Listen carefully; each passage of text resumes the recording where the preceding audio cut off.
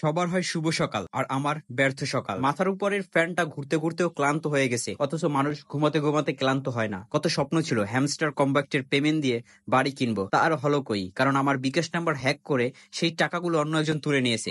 যাই হোক, আপনারা আশা ছাড়বেন না, টাকা পাবেন, ট্যাপ করতেই থাকুন। ভবিষ্যতে নাম্বার 1 আবুল হবেন, সরি বড় লোকস হবেন। ক্লোজ আপ দিয়ে দাঁত ব্রাশ করতে করতে ভাবি আমিও একদিন কাছে আসার গল্প শোনাবো। ফ্রেশ হয়েও শান্তি নেই, দুদিনের জামা কাপড় জমানো আছে, এগুলো ওয়াশ করতে হবে। আসলে নিজের কাজ নিজে করাই উত্তম। ছোটবেলা থেকে নিজের কাপড় নিজেই ওয়াশ করি, কিন্তু ভালোভাবে পরিষ্কার হয় না। অনেক চেষ্টা করেছি, যতই ধুই ময়লা থেকেই যায়, তাই কোনো মতে হলেই হলো। কারণ কবি বলেছেন, যেই খালি ঘর তুমি ছিঁড়তে পারবে না, সেই খালি ঘর নিয়ে টানাটানি করো না। যাই হোক, বাসার কাজ শেষ করে বেরিয়ে পড়লাম। গন্তব্য সেলুন। বের হয়ে দেখি মুরগি দাঁড়িয়ে দাঁড়িয়ে আমাকে সেলুট দিচ্ছে, আর বাসার দারোয়ান ঠান্ডা পেয়ে ঘুমাচ্ছে। বাইরে বের হয়ে দেখি রাস্তায় পানি।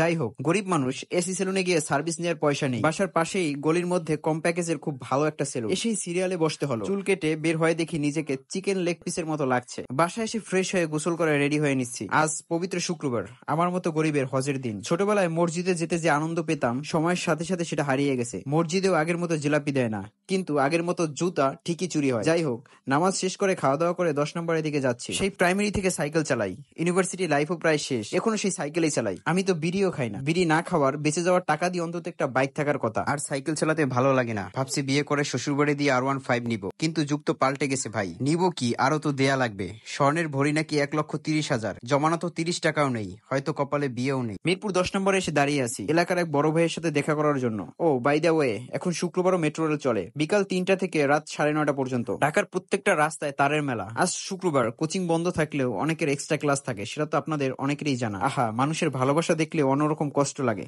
যাই হোক, তাদের এক্সট্রা ক্লাসে ডিস্টার্ব না করি। দীর্ঘ অপেক্ষার পর বড় ভাই আসলো। স্পিড ও চিপস খেয়ে আপাতত ঠান্ডা হচ্ছে, যদিও ওয়েদার অনেক ঠান্ডা, সকাল থেকে বৃষ্টি হয়েছে। বড় ভাই একটু মোটিভেশন দিল, শুনেন আপনারা। নোংরা আবর্জনার তৈরি যদি ভিডিও বানাও, যে দেখেন নোংরা চলতেছে, দেখেন এগুলো কি থাকা ভালো? এগুলো ভাই এও দেখো না, কারণ সময় না পাইলে তুমি আমি কি করি, ওইটার মধ্যেই ঢুকি। কিন্তু ইচ্ছা না লইলে একটা জিনিস দেখি ফার্স্ট পর্যায়ে মেন, এর জন্য করে বিজ্ঞাপন বা যে কোনো জিনিসের ফার্স্ট এই যে মোড়ো কিনি নাকি তোমার দেখো অনেকগুলো কাইটে ফার্স্টের গানটা যে কোয়ালিটি সুপার বা মিউজিকের টোনটা ভালো, ওইটা সামনে দিয়ে দেয়।